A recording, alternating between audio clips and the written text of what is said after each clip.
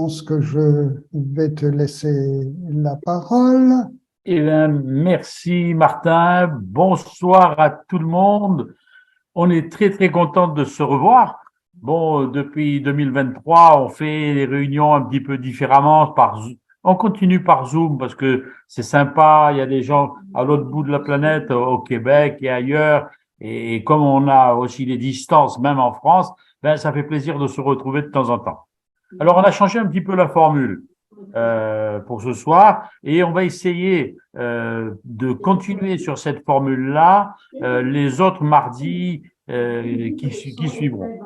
Alors, comment on va faire? Vous l'avez vu, vous avez reçu un document pour parler de la soirée.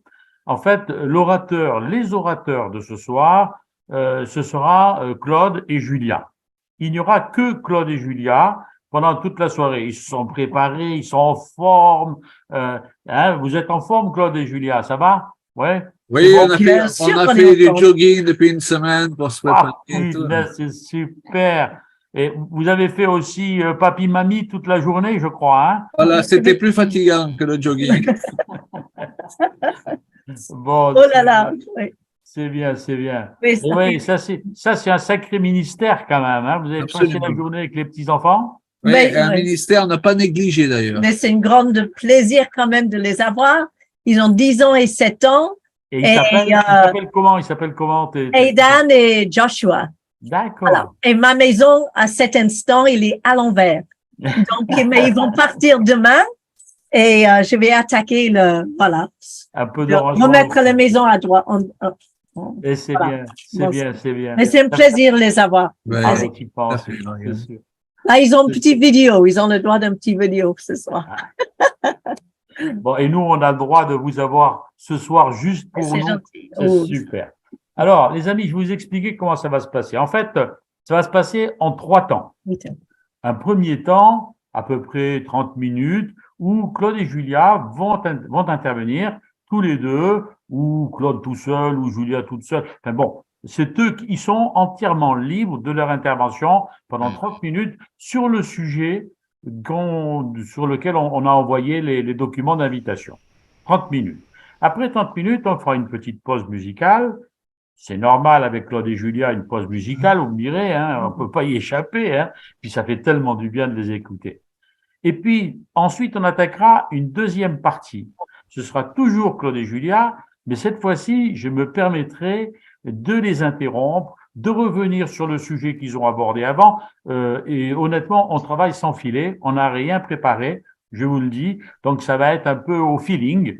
Je vais les interroger sur le sujet principal. On va rester quand même dans le sujet principal qu'on a présenté sur le document qu'on vous a envoyé. Ensuite, une deuxième pause musicale et on reviendra pour une troisième et dernière partie. Et cette fois-ci, vous serez les animateurs. C'est-à-dire que si vous avez des questions, ne vous les posez pas dans la première et la seconde partie, notez-les, prévoyez-les, parce qu'on va vous livrer Claude et Julia entièrement et vous aurez toutes les questions que vous voudrez poser, parce qu'on s'est rendu compte qu'avec les Zooms, il y avait moins de relations, on n'avait pas le temps de répondre aux questions. Donc là, on a décidé que cette troisième partie vous serez consacrée. Alors évidemment, ne leur parlez pas de la pluie et du beau temps, ou de vos vacances au bord de la mer, si vous êtes allé au bord de la mer, ou en montagne, si vous êtes allé faire du ski. Ça, c'est à un autre moment, vous aurez l'occasion peut-être de le faire si vous les rencontrez. On reste dans le sujet qui a été défini et j'aimerais, Martin, s'il te plaît, que tu nous rappelles exactement le sujet qui a été donné sur l'invitation pour qu'on soit tous d'accord. Martin, le sujet, c'est quoi ce soir? Alors, c'est une bonne question. Je crois savoir que, vu la date, il semblerait qu'on va parler du couple. Donc, merci de rester dans cette pensée du couple, parce que c'est tellement important, il y a tellement de choses à dire et à partager sur le couple. Quelquefois, c'est même, je ne sais pas si vous avez remarqué, mais quelquefois, c'est même compliqué un couple. On rame pas toujours dans le même sens dans le bateau. Donc voilà, non, on va rester sur ce sujet-là. Et puis Claude et Julia vont nous partager là-dessus et nos questions porteront, et bien évidemment, sur ce sujet-là. Alors, merci Martin d'avoir précisé que tu as commencé ton intervention en disant « vu la date ». Et j'aimerais, avant de commencer quoi que ce soit, vous dire « vu la date, nous ne sommes pas en train de célébrer la Saint-Valentin ». Non, parce que sinon, vous pourriez penser, bah tiens, qu'est-ce que c'est cette histoire? Ils veulent absolument, c'est une nouvelle doctrine, la Saint-Valentin, etc.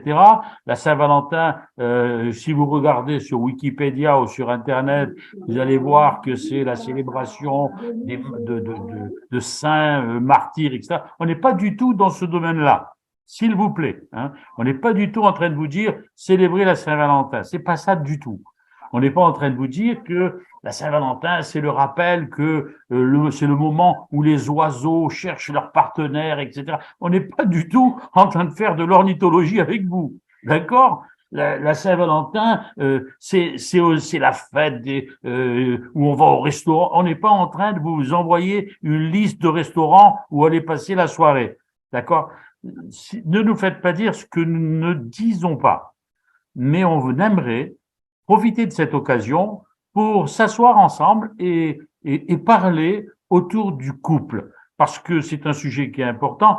D'ailleurs, il y a une question que j'ai relevée, et vous savez que Claude et Julia ont écrit ce livret qui est extraordinaire. Et il y a une question qui est à l'intérieur et que je vais utiliser, mais je vais l'utiliser tout de suite.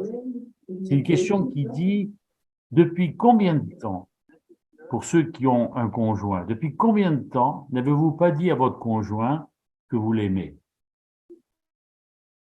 C'est une question fondamentale. Depuis combien de temps n'avez-vous pas dit au conjoint que vous avez que vous l'aimez? La parole est créatrice. Et si vous ne lui dites pas à votre conjoint que vous l'aimez, comment voulait-il qu'il le croie? Comment voulez-vous qu'il le croie? Alors, Claude et Julia, s'il te plaît, s'il vous plaît, ça fait longtemps que tu as dit à Julia que tu l'aimais, et toi, Julia, ça fait combien de temps que tu as dit à Claude que tu l'aimais? Ça doit dater les amis. Ça doit dater de ce matin, parce que c'est une habitude, non pas une habitude religieuse. On ne se dit pas, tiens, il est 10 heures, mon téléphone il sonne, je l'ai programmé, c'est le moment de lui dire. Non, non. Chez nous, c'est automatique et ça fait partie de notre vie de tous les jours. Non? Moi, je crois que c'était hier soir, mais il faut qu'on réalise qu'on peut dire que je t'aime de plusieurs façons. Je veux dire, pas simplement avec des mots. Je connais des couples qui s'aiment beaucoup, mais à cause de leur tradition ou leur famille, ils ont de mal à dire les mots. Mais je crois que quand on apprend à connaître Jésus, on apprend aussi déjà à dire à lui qu'on l'aime. Et ça nous permet de pouvoir libérer la parole. Et la parole, c'est très important. En tout cas, je peux dire, je me rappelle pas un jour que mon mari m'a pas dit qu'il m'aimait. Donc ça me rassure. Même les fois où j'étais pas au top, hein. J'avoue. On en a plus particulièrement besoin dans ces moments, justement, où on n'est pas au top, parce que la parole a une puissance. Hein. Il faut pas perdre ça de vue. La parole a une puissance et si on ne dit pas certaines choses, souvent le diable se débrouille de les dire à notre place ou de faire croire aux gens qui sont en face de nous, eh bien qu'on pense ce qu'on pense pas, quoi. C'est vrai.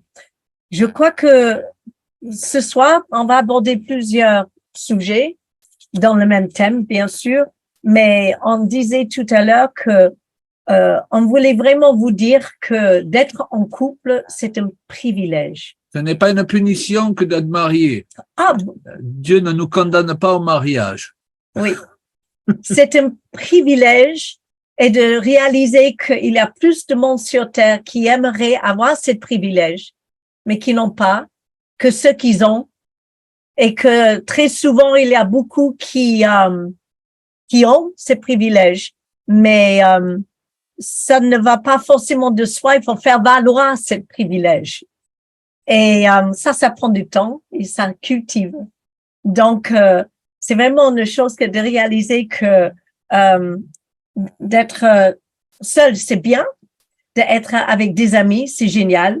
Mais si on a l'occasion que Dieu nous accorde un partenaire, un conjoint, eh ben, il faut réaliser, il faut être reconnaissant. Ça, c'est vraiment une des choses, on va en revenir plusieurs fois, n'est-ce pas?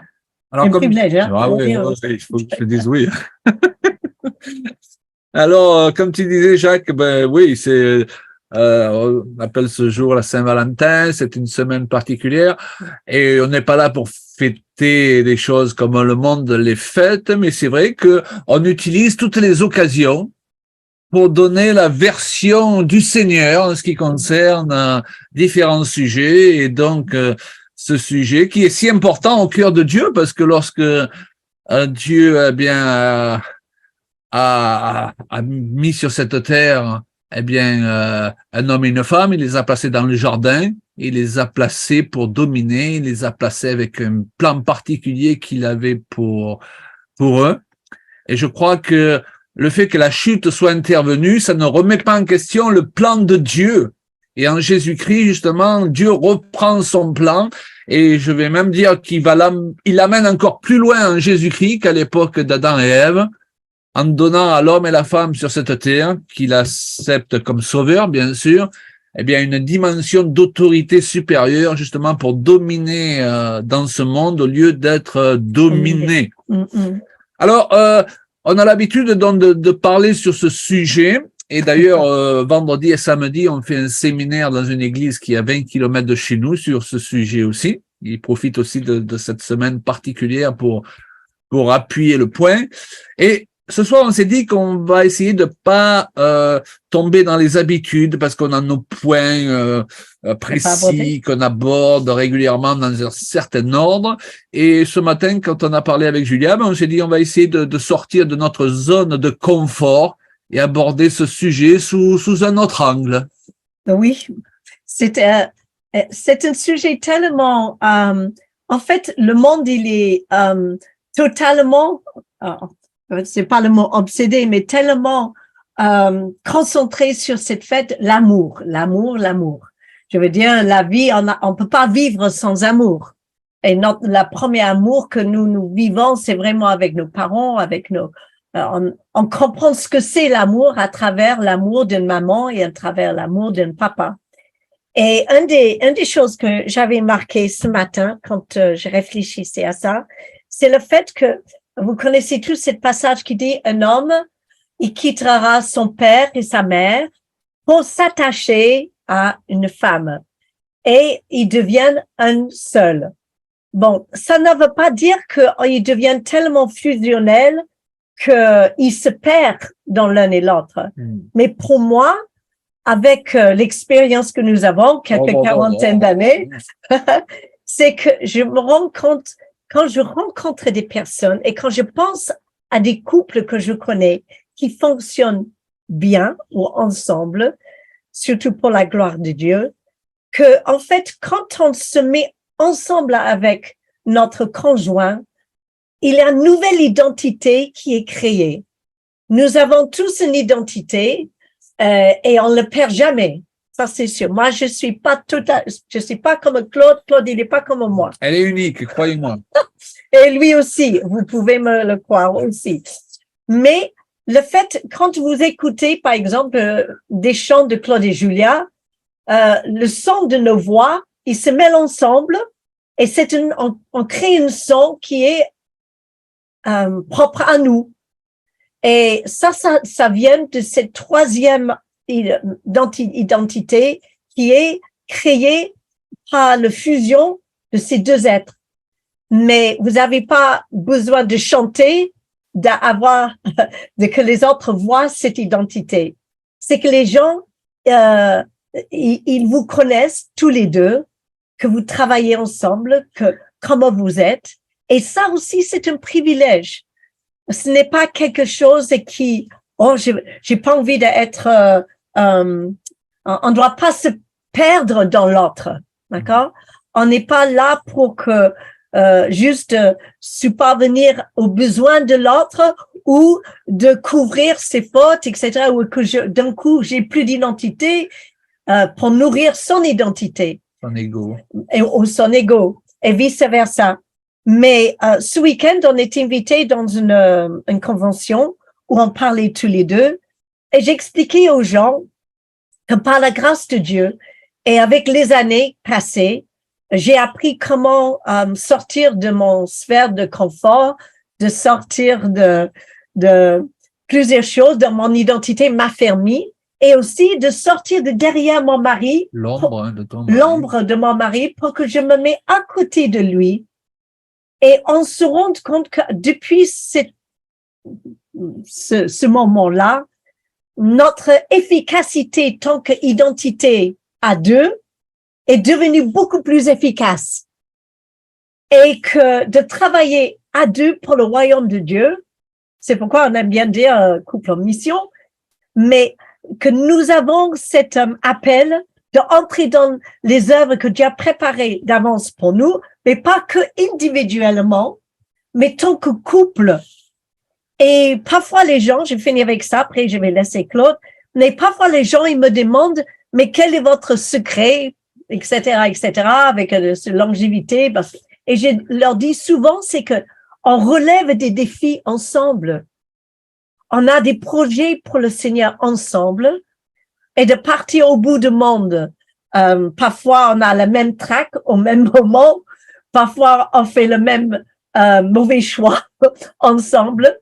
Et que ensemble, eh ben, on arrive à apprécier davantage d'être accompagné par quelqu'un qu'on n'aime pas comme un amour superficiel, mais un amour qui devient de plus en plus profond, avec un respect énorme qui est attaché avec les années, et parce qu'on devient en fait des partenaires, des collègues de travail, des binômes, des amis et des serviteurs de Dieu qui travaillent ensemble. Je ne sais pas si j'arrive bien à m'expliquer, mais c'est un privilège de pouvoir être chrétien et d'être marié, et que ce n'est jamais trop tard pour qu'on arrive à réajuster les choses pour repartir sur d'autres bases qui va permettre Dieu d'être glorifié à travers cette troisième identité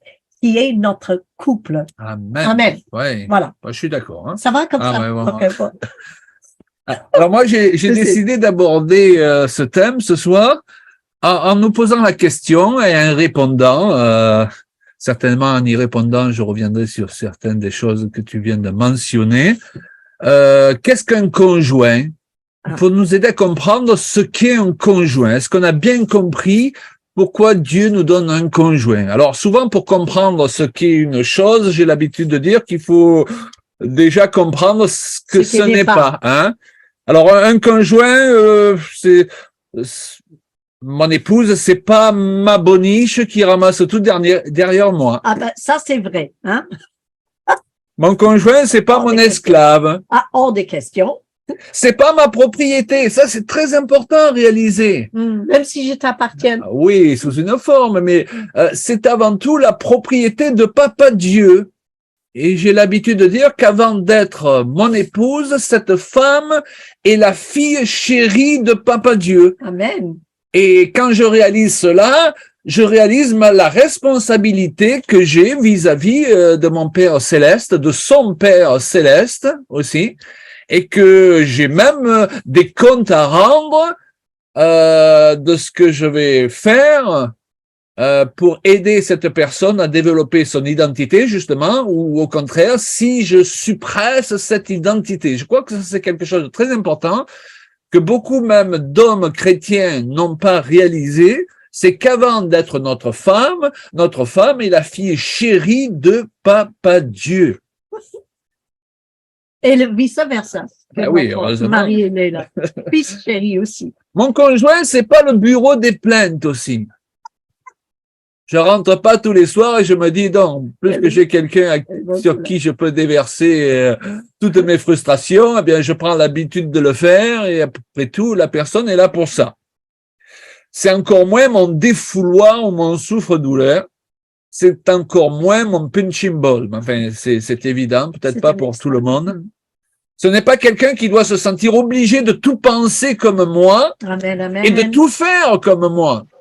Et vous savez, ceux qui ont participé à des séminaires qu'on donne sur le couple, et même sur d'autres sujets d'ailleurs, ils nous entendent régulièrement affirmer ce principe biblique. Il est important d'apprendre à être d'accord, de ne pas être d'accord. Donc, on va pas le développer encore ce soir. Nous avons entendu Mais dire ça c'est un des plusieurs fois. principes fondamentaux pour la vie chrétienne, la vie tout court et, à plus forte raison, la vie de couple. Mon Ouais. conjoint a le droit de penser par lui-même et il n'est pas obligé de toujours aller dans mon sens. Et quant à moi, je suis pas obligé d'être un frustré parce qu'on va pas dans mon sens chaque fois. Mm. Alors, ceci dit, voyons maintenant ce qui est supposé être un conjoint dans toute la noblesse du terme. Notre conjoint devrait être la personne qu'on respecte le plus sur cette terre. Pas mal ça, non? Oui, continue, oui, j'aime bien. C'est bien ça, hein? Ouais, Je continue. peux continuer dans ce sens, hein? Je savais que ça allait te faire plaisir. Ouais, moi. ouais. En plus, devant les gens. Tu vois. Notre conjoint devrait être notre meilleur ami. Waouh! C'est toujours triste alors que quelqu'un vient te trouver et te dit, bon, ça, je vous le dis à vous parce que je peux pas le dire à mon mari, je peux pas le dire à ma femme. Alors, on comprend tout à fait que certaines personnes sont dans des situations où justement, elles peuvent pas tout dire à leur conjoint. Mais c'est quand même triste, n'est-ce pas? Parce qu'au départ, Dieu nous met ensemble Le départ, c'est ça. pour vivre une vie de confiance et pour qu'on soit les meilleurs amis. On est bien amis tous les deux, hein? Mais oui, mais oui, mais oui. Mais et toutes ces choses-là, ça se travaille. On dit ces choses-là et nous savons que la vie est parfois compliquée Ah oui, ça c'est sûr. et que parfois il faut du temps pour que le Seigneur change notre caractère et qu'on s'adapte à l'un et l'autre pour qu'on trouve un fonctionnement qui est propre à nous. Il y a eu du boulot pour changer ton Mais caractère. surtout d'ailleurs, hein. pour toi. Un conjoint, c'est la personne dont je connais tous les défauts, mais que j'aime quand même, Ah, n'est-ce pas? ouf. Mais moi, je vais même aller plus loin. Un conjoint est supposé être la personne dont j'estime que les qualités, de toute façon, sont bien supérieures et pourquoi pas aller jusqu'à dire éclipse tous ses défauts. Ouh. C'est là que Dieu veut nous amener. Vous savez, parce que le Saint-Esprit est capable de faire ça dans notre vie.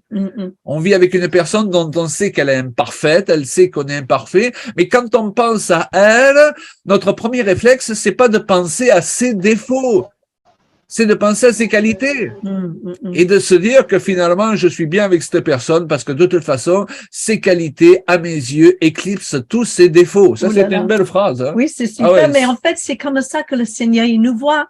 C'est cet amour-là que le Seigneur, il a pour nous. Absolument. Hein? Quand il pense à chacun de nous, eh ben, il pense pas à nos défauts en premier, Absolument. mais il pense à nos qualités comme quelqu'un qui aime son enfant ou comme Tout à voilà, fait. comme un époux, il aime son épouse. C'est exactement ça, puisque Dieu nous déclare juste, il nous voit juste à travers le sang de Jésus-Christ. Dans son premier réflexe, c'est pas de nous chercher ce qui va pas. Hein? Absolument. Et c'est ça la vie chrétienne, c'est marcher sur les traces de Papa Dieu. C'est ça. Hein?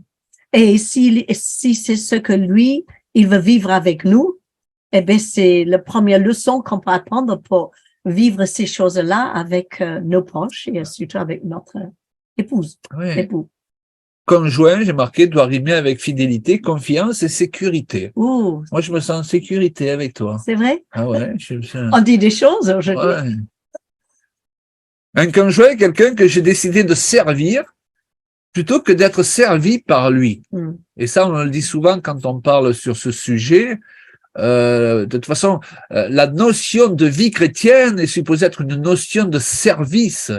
On parle souvent de ministère et parfois les gens parlent de leur grand ministère et c'est notre ami Jacques qui avait fait remarquer que ce terme il venait de minus, n'est-ce pas Jacques? Mais pas minus dans le sens méprisable du terme, mais dans le sens d'apprendre à se faire petit. Si on a un ministère, on veut apprendre à se faire petit pour mieux servir les autres, à se faire petit pour mieux élever les autres.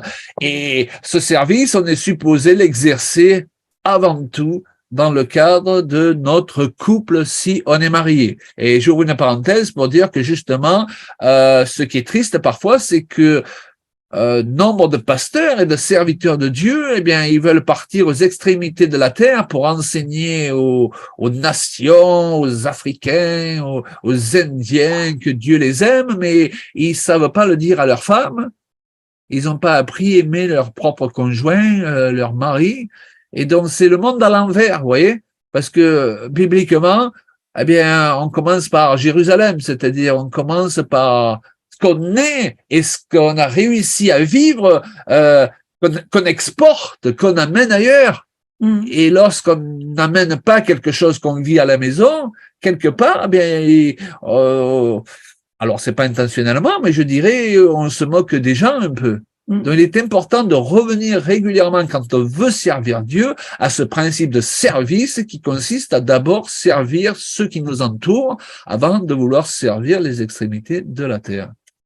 Je crois que c'est important de mentionner que quand on décide de se marier avec quelqu'un, s'il y a certains d'entre nous qui, ou entre vous qui aimeraient peut-être se marier ou refaire sa vie, ou même pour ceux qui ont déjà fait ce pas, que de réaliser l'importance de ce contrat de mariage. Le contrat de mariage, c'est quelque chose, ce n'est pas comme d'essayer une nouvelle voiture.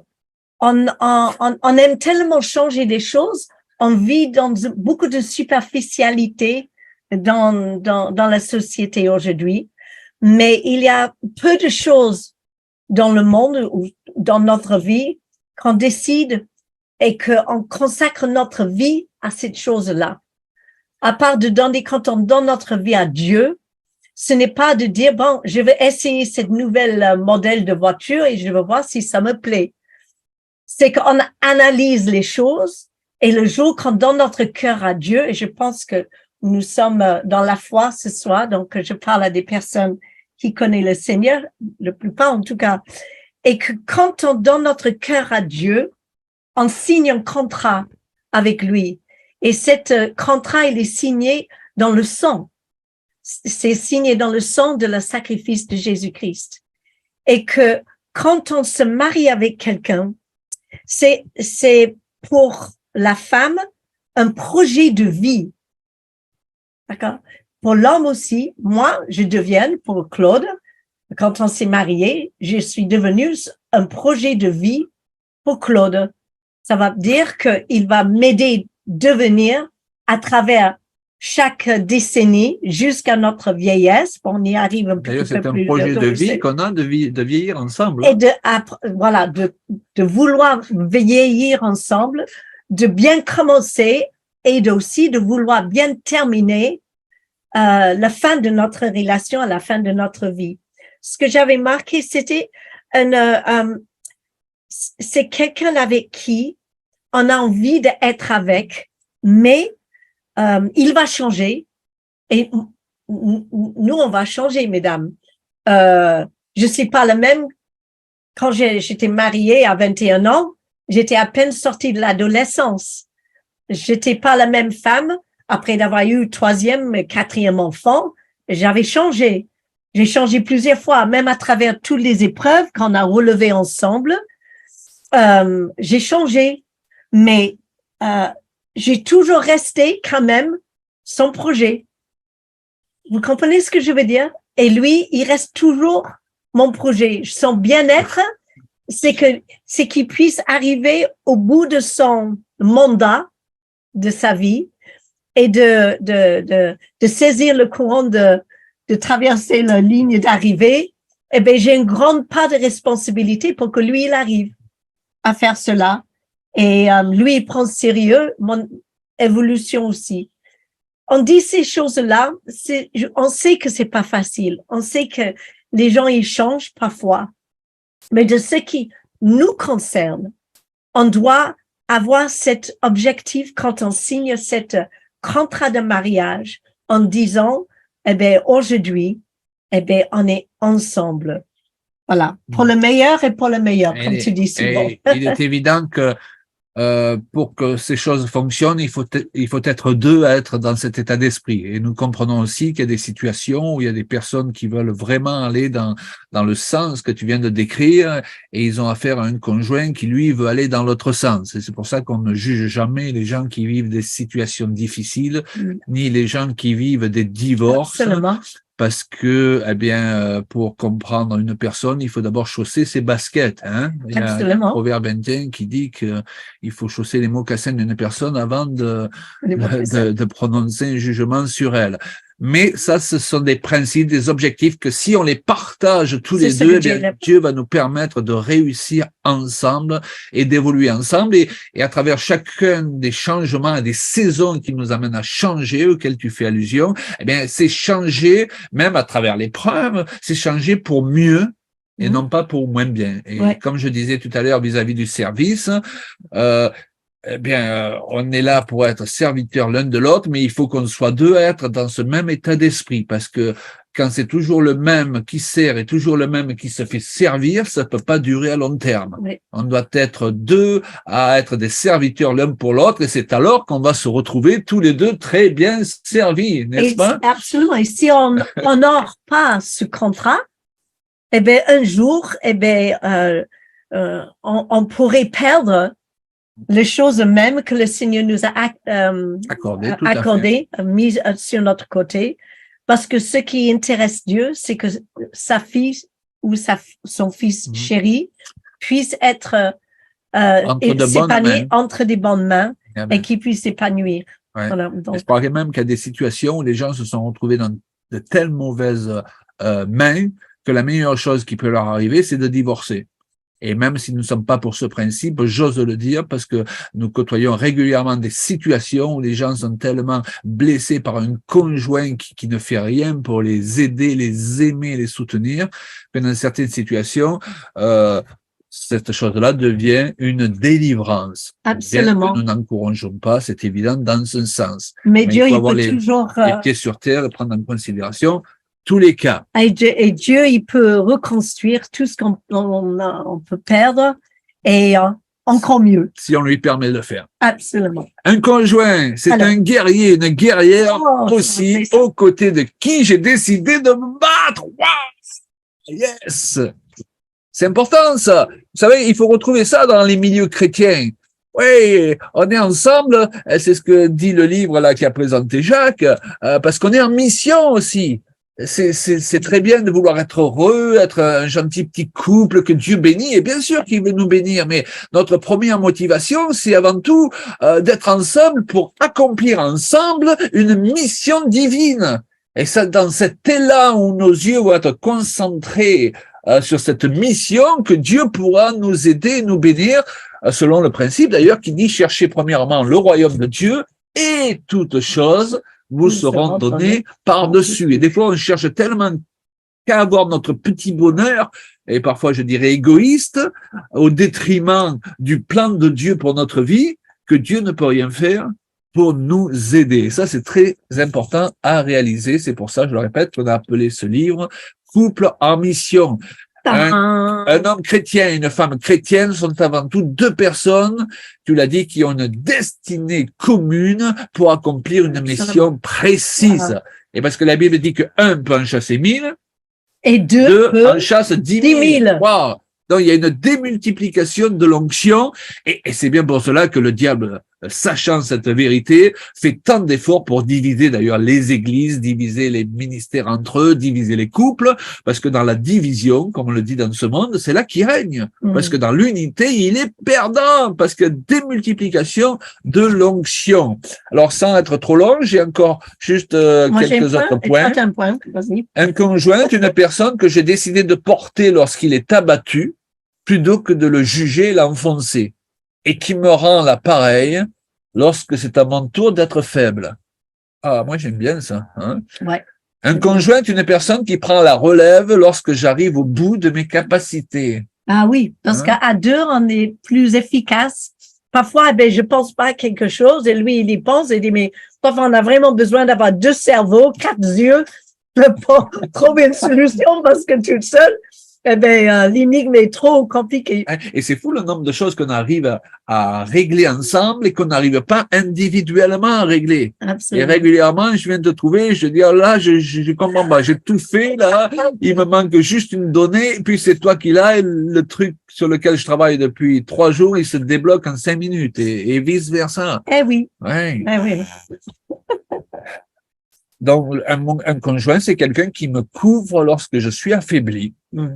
Et je termine par ce point. C'est quelqu'un qui me rappelle qui je suis lorsque je ne m'en souviens plus. Oui. C'est quelqu'un qui me rappelle qui je suis lorsque je ne m'en souviens plus. Parce que, soyons honnêtes, régulièrement, chacun, on passe parfois par des périodes où on se souvient plus de qui on est vraiment en Christ. Et c'est là qu'on commence à agir comme qui on n'est pas, quoi. Et on a besoin d'avoir quelqu'un à nos côtés qui nous rappelle qui nous sommes, le vaillant guerrier que nous sommes, l'appel qui est sur notre vie. Et je te remercie parce que tu es cette personne qui me rappelle régulièrement, quand je l'oublie, qui je suis et l'appel que Dieu a placé sur ma vie. Ça m'est arrivé de l'oublier quelquefois. Et on n'a pas besoin de s'entourer, vous savez, trop longtemps, de gens qui nous rappellent continuellement qui nous étions, au lieu de nous rappeler ce que nous sommes devenus en Jésus-Christ. C'est vrai.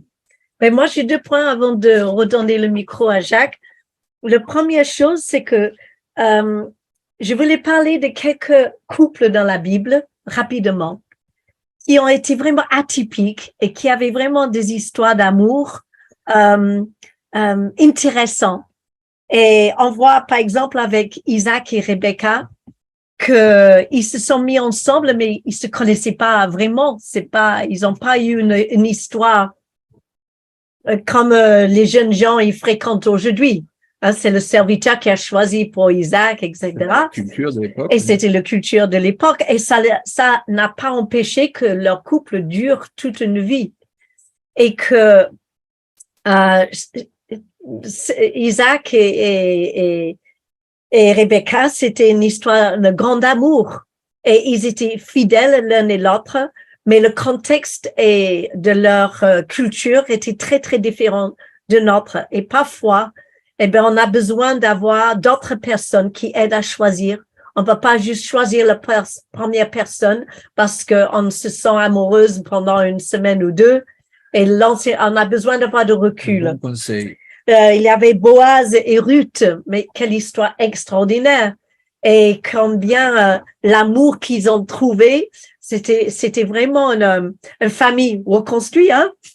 Et en plus, c'était la belle-mère qui était un peu derrière tout ça. Et ça, c'est une histoire d'amour juste extraordinaire. Il y a Joseph et Marie, bien sûr. Joseph et Marie, quelle situation extraordinaire d'avoir Marie enceinte et ils n'étaient pas encore mariés. Je veux dire, il fallait vraiment qu'ils aimaient Dieu tellement que la mission qui était sur leur vie prévalait. Ouais, prévalait au-dessus de de ce qu'ils voyaient dans la réalité. Voilà un gars qui est assuré, quoi. Un gars qui est vraiment assuré. Il y a David et Abigail. Alors ça, c'est une histoire que j'aime énormément, ça aussi. C'est un couple peu probable.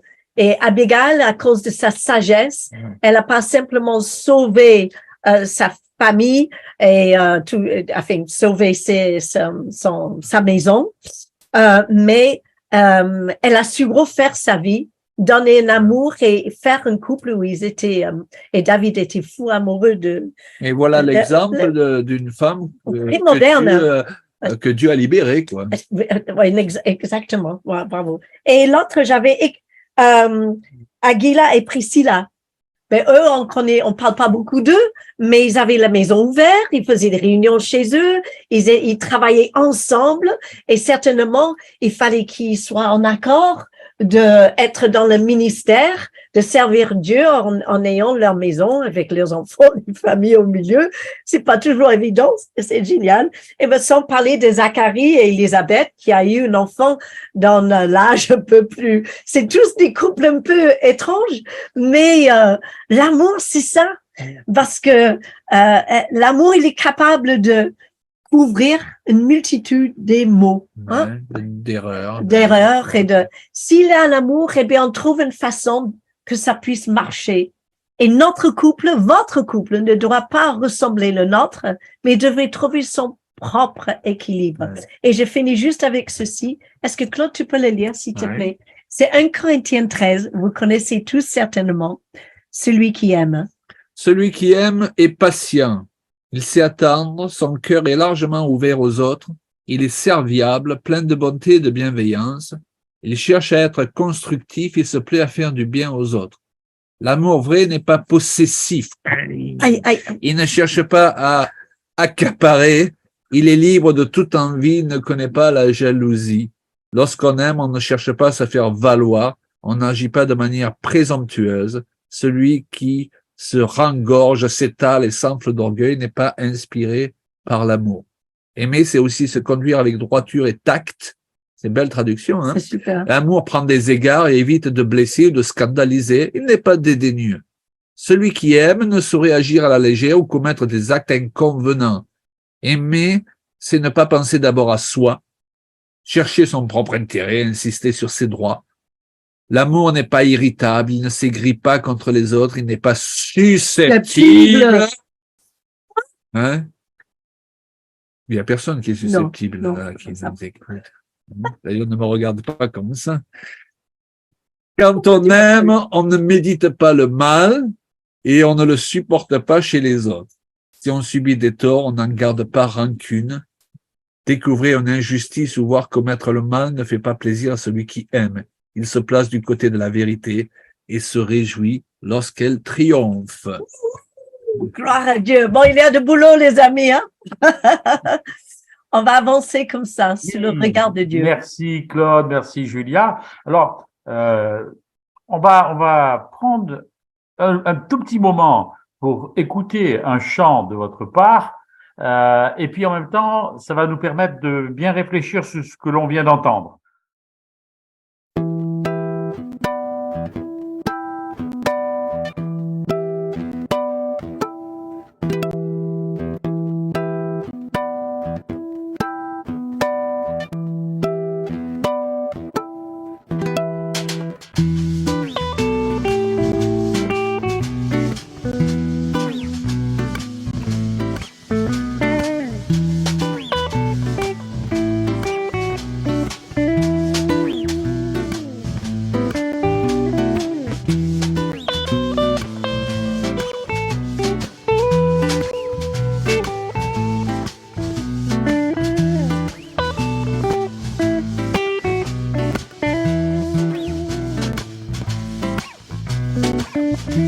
Combien c'est doux, combien c'est doux de se retrouver entre nous. Combien c'est doux, combien c'est beau de prendre le temps qu'il faut.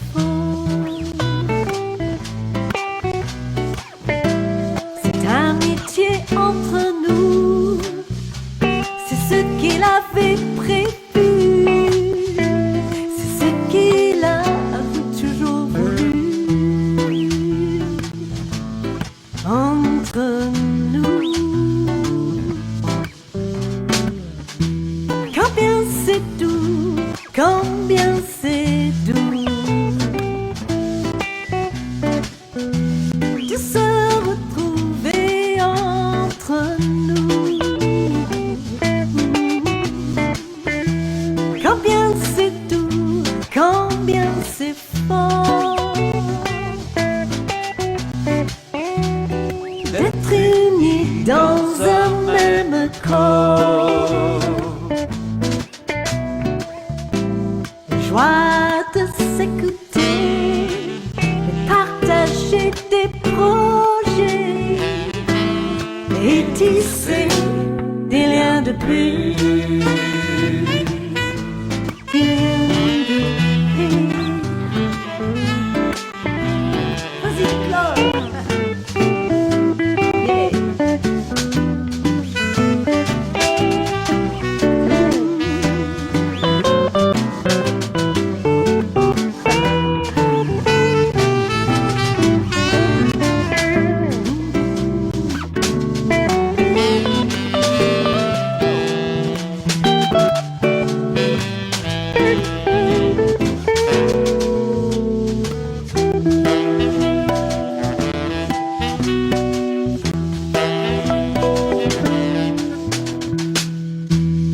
Combien c'est doux, combien c'est doux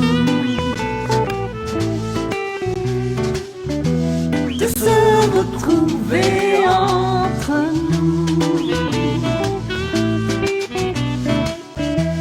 Combien c'est doux quand c'est bien de partager le même pain. C'est rien qui nous unit à l'amour, à la vie, nous console et nous bénit, nous bénit, nous bénit. Restons encore un peu, car ces moments sont précieux.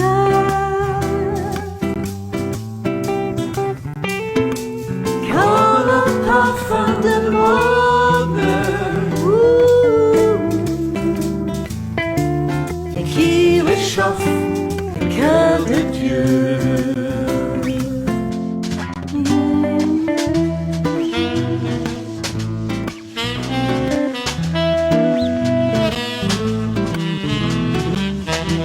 Combien c'est doux, combien c'est doux de se retrouver entre nous. Combien c'est doux, combien c'est beau de prendre le temps qu'il faut. Cet amour qui nous tient ensemble sur le même chemin gardera jusqu'à la fin, jusqu'à la fin. Cet amour qui nous tient ensemble sur le même chemin gardera, gardera, gardera jusqu'à la fin, jusqu'à la fin. Oh, combien c'est doux, comme ça va. Ça va. Se retrouver ici ensemble.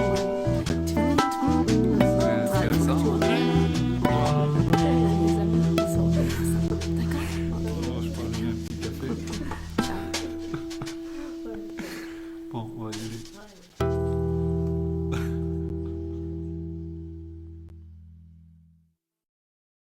Ça fait vraiment plaisir Oh, d'écouter ce chant, et puis en plus de voir tous ces visages.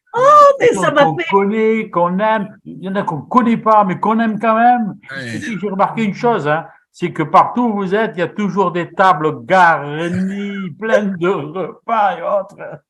Mais c'était une chance. Je voulais vraiment honorer beaucoup d'endroits, beaucoup d'églises qu'on visite. Et désolé qu'on est un petit peu omniprésent, Partout, mais mais c'était vraiment un cri d'amour Hmm. que ça fait longtemps que j'ai pas vu. Et j'étais là, j'ai failli pleurer de voir des personnes que j'ai pas vues depuis un moment. Ah, moi aussi, ça nous a fait vraiment, vraiment plaisir. Ça vous a fait plaisir de voir tous ces gens, hein? Vous êtes d'accord avec moi, hein? C'était génial. Alors écoutez, les amis, on va maintenant passer dans cette deuxième partie, si j'ose dire, et j'aimerais qu'on voir avec vous quelques éléments. Alors j'ai noté des tas de choses. J'espère que je vais pouvoir me sortir de toutes mes notes parce que vous avez dit plein de choses.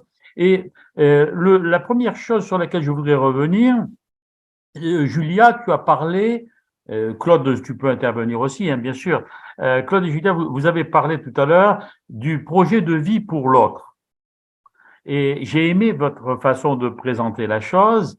Et vous avez dit, enfin surtout Julia a dit, quand on décide de se marier avec quelqu'un, il faut réaliser l'importance du contrat dans lequel on va rentrer, etc.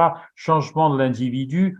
Et là, moi, je me suis interrogé et la question que je me posais en t'écoutant, c'est est-ce que quand on se marie avec quelqu'un, quand on rencontre quelqu'un et qu'on veut fonder un foyer ensemble, est-ce qu'on pense à tout ça ou est-ce que avant tout, on est en train de se poser la question comment l'autre va remplir ma vie? C'est-à-dire, est-ce que là, ce que tu as dit, c'était extraordinaire, mais est-ce que c'est pas un petit peu utopique? Hein, je veux être un Oui, petit c'est peu sûr. provocateur là-dedans. C'est pas un petit peu utopique? Est-ce que dans le couple, on se marie pas d'abord ou dans le conjoint qu'on trouve, c'est pas pour répondre à nos propres besoins d'abord? Certainement, surtout parce qu'on grandit dans la société aujourd'hui, on grandit avec tellement de films, de chansons, je veux dire, tout pousse à l'idée de trouver l'amour de sa vie, de vouloir être heureuse. Mais quand je parle de ça, c'est parce qu'en fait, il faudrait penser à ces choses-là. Et si on a le Seigneur dans le cœur, je crois qu'on peut avoir, ou en tout cas d'encourager les jeunes d'avoir ce regard, ce recul, et de réaliser que il faudrait que ça soit un contrat équitable. C'est pas juste moi qui cherche le bonheur dans l'autre, mais c'est vice versa, mais c'est aussi une responsabilité qu'on peut pas le prendre à la légère. Et c'est avec le temps peut-être que j'ai appris ça, non? Et la définition d'être chrétien, et je crois que c'est ça qu'il est important de réaliser, la définition d'être chrétien, eh bien, c'est de se laisser transformer par l'Esprit de Dieu. Alors, c'est pour ça qu'on n'a pas toutes les options dès qu'on démarre notre vie chrétienne, mais en cours de route, on est supposé évoluer, comprendre, être enseigné par l'Esprit de Dieu du fonctionnement selon le plan de Dieu d'un couple, de notre vie, etc., pour évoluer au lieu d'aller vers le moins, d'aller vers le plus, quoi. Oui, donc ça, c'est un préalable quand même. C'est un préalable parce que combien de personnes rentrent dans une vie de couple en attendant juste quelque chose en retour? Il faut vraiment d'abord que la personne change, que son cœur change. Oui. Non, mais c'est sûr qu'on espère que l'autre va pouvoir nous guérir de tous nos maux. Voilà. Mais si on est chrétien, on réalise que c'est que Dieu qui peut.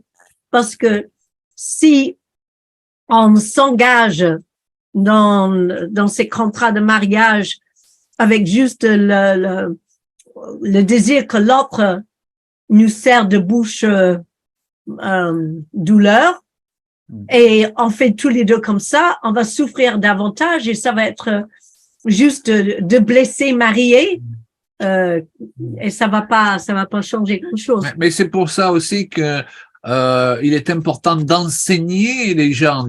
On sort un livre comme celui-là, pourquoi? Ben pour que les gens ils prennent conscience de ces vérités. D'ailleurs, plus on en apprend avant, moins on en aura à régler après. Et donc, on a des personnes à qui on a offert le livre comme cadeau avant leur mariage, d'ailleurs, ou de cadeau de mariage, ou de fiançailles. Puis, on en a d'autres, par contre, qui ont eu des problèmes de couple pendant leur parcours et qui, eh bien, au bout d'un moment, pour se restaurer, on avait un couple, par exemple, c'est un exemple que je peux donner, eh bien, une fois par semaine, ils s'invitaient au restaurant, ils avaient une soirée ensemble et ils lisaient ensemble un chapitre du livre. Pourquoi? Pour rectifier le tir. Parce que la Bible dit, vous connaîtrez la vérité vous affranchira. Donc c'est sûr qu'il y a des choses, tant qu'on les a pas compris et réalisées, et parfois tout simplement on ne les a pas enseignées, eh bien on peut pas les changer. Mais après, la prise de connaissance pendant notre marche chrétienne est supposée nous aider à rebondir toujours vers le plus au lieu de rebondir vers le moins, quoi. D'accord. Sans pour autant vouloir changer l'autre. Parce Non, que, en fait, l'idée, c'est pas nous qui devons changer l'autre, c'est chacun de nous qui devons avoir envie de changer pour, pour aider l'autre. On le dit souvent avec Julia, euh, euh, pourquoi finalement, au cours de notre vie chrétienne, à un moment donné, on ne prendrait pas juste la décision, chacun, et ça concerne chaque individu, de devenir facile à aimer. Les églises sont remplies de gens qui ont un sale caractère, qui veulent qu'on les aime quand même. Alors, je dis pas qu'on ne doit pas les aimer quand même, mais c'est quand même moins de boulot pour l'autre quand on décide à un moment donné de devenir plus facile à aimer. Mais évidemment, il faut être tous les deux sur cette même longueur d'onde. Ouais, ça, alors. ouais. Oui, pardon, vas-y, je t'en prie, je t'en prie. Non, mais il y a aussi ceux qui se marient parce qu'ils pensent qu'ils peuvent être le sauveur de l'autre. Voilà, ça aussi, voilà, il réfléchit pas et il s'engage dans une relation avec quelqu'un qui a vraiment des problèmes en pensant que, j'ai suffisamment d'amour pour nous deux. Mais ça, souvent, ça va à la catastrophe aussi. L'ennemi, il attend de trouver nos failles. Et je pense que, quand je regarde, je pense à certains couples dans l'Ancien Testament, c'était d'abord un mariage entre les familles. C'était une entente, il fallait est-ce que nos deux familles vont pouvoir s'entendre? Je veux dire, il y avait beaucoup de réflexions. Aujourd'hui, les gens, ils font un petit peu, voilà. Mais même nous, à notre époque, avec l'époque hippique, de hippie, c'était l'amour, ça va régler tout. Mais en fait, la vraie vie est différente. C'est pourquoi qu'il faut apprendre toutes ces choses-là pour qu'on ait une bonne mentalité et que surtout on a la même façon de concevoir notre contrat, qu'on signe les mêmes choses. D'accord. Je reviens sur ce que je vous disais parce que moi je me souviens, bon, nous on est mariés avec Joël depuis plus de 50 ans maintenant. Oh là là, Et oh oui, là là. un demi-siècle. Et je dois dire que, enfin, je lui demandais, Joël, tu te rappelles quand tu voulais, par exemple, que je lise un livre ou autre, comment tu agissais? Je le posais sur ta table de nuit et puis je priais et j'attendais. Non, parce que pendant des années, c'était Jacques, tu devrais lire ce livre, tu vas voir, ça va te faire du bien, etc., parce qu'elle voulait que je change en fait. Oui. Et sa façon de vouloir que je change, c'était m'inciter au changement. Mais c'est pas comme ça que ça Ça fonctionne. marchait Alors. même pas. Oui. Mais parce qu'au départ, on vient dans le mariage et on vient au Seigneur dans l'état dans lequel on est, avec les habitudes du monde.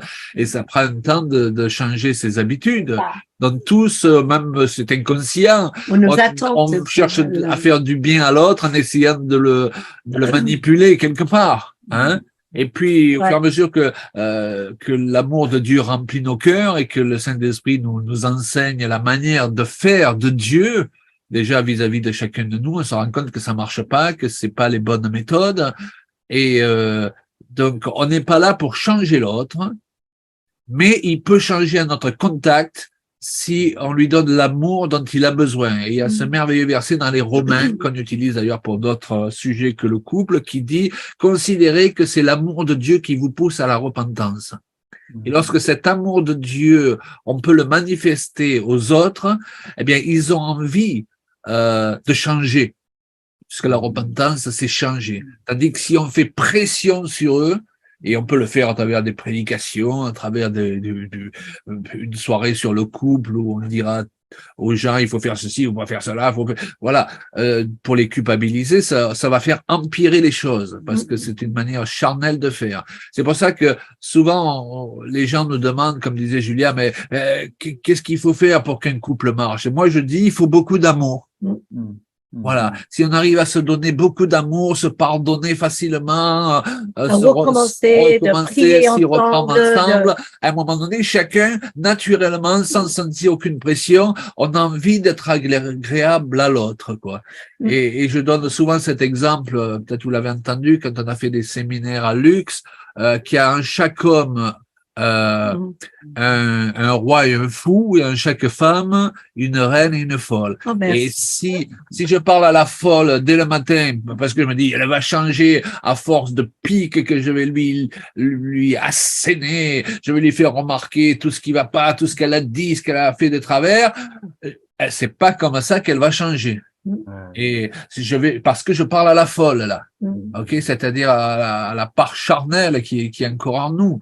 Mais si je parle à la reine et que je mets l'accent sur ses points positifs et que je lui montre que de toute façon je l'aime telle qu'elle est et puis point barre, eh ben, elle a envie de plus en plus de se comporter comme une reine. Et c'est pareil pour les hommes. Si on leur fait que des reproches, t'as encore fait traîner tes chaussettes. Vous savez, ces expressions qu'on utilise si facilement dans le monde. Tu fais toujours ça. Ça, c'est bien de toi. Tu as encore fait ça. Ça produit des rebelles. D'ailleurs, quand on fait ça sur nos enfants, ça produit des rebelles. Et des tas d'enfants de pasteurs et de chrétiens sont devenus des rebelles parce qu'on a essayé de les rendre meilleurs par l'accusation. Et qui dit accusation dit accusateur, et qui dit accusateur dit Satan. Donc, il faut juste s'assurer qu'on utilise les méthodes de Dieu qui veut nous mener à changer à la repentance, dit ce verset des Romains, par son amour. Et non pas par les méthodes. Mais, parce qu'en fait, si on met la pression sur l'autre, on peut obtenir une obéissance, mais pas une action volontaire. Et on voit parfois dans des couples que il vit en réaction de l'autre au lieu de juste être bien l'un avec l'autre. Et quand on met la pression, si on n'a pas, on n'est pas égal dans notre amour, dans notre respect l'un pour l'autre, on finira par ou dominer l'autre ou de contrôler l'autre ou de manipuler l'autre, etc. Et donc ça c'est toutes les manières que l'ennemi essaie c'est les outils du monde et il essaie de nous filer ça. Voilà. J'ajoute juste que, en fait, pour qu'un couple chrétien marche, il faut pas que ce soit un vieil homme avec une vieille femme. Et je fais pas allusion à l'âge. Heureusement. Mais on peut être chrétien, mais avoir gardé la mentalité du vieil homme et de la vieille femme. Donc, ayant gardé cette mentalité, on utilise encore les méthodes du vieil homme, de la vieille femme, les paroles, et je le dis souvent avec humour, le vieil homme, c'est un ronchon, c'est un boudeur. Souvent, sa femme ne sait même pas ce qu'elle a fait de travers, mais il lui boude 3 jours, il faut qu'elle devine toute seule, ok? Et la vieille femme, c'est une chipie. Donc, un boudeur avec une chipie, ça peut pas marcher. Mais un homme nouveau, c'est-à-dire qui apprend à se laisser renouveler, qui a une maturité, sans être parfait depuis le départ, on est bien d'accord, mais qui reconnaît et rentrer dans de plus en plus de maturité avec une femme nouvelle, il y a que ça qui peut marcher. C'est pas le seul fait d'être chrétien qui fera marcher notre couple. C'est qu'on laisse la nouvelle nature s'exprimer. D'accord. Je me disais, pendant que tu parlais, Claude, je me disais que on utilise facilement dans le couple, on entend, on se supporte l'un l'autre. Ah oui, voilà. Mais dans le terme de supporter, la notion, c'est de porter par en dessous.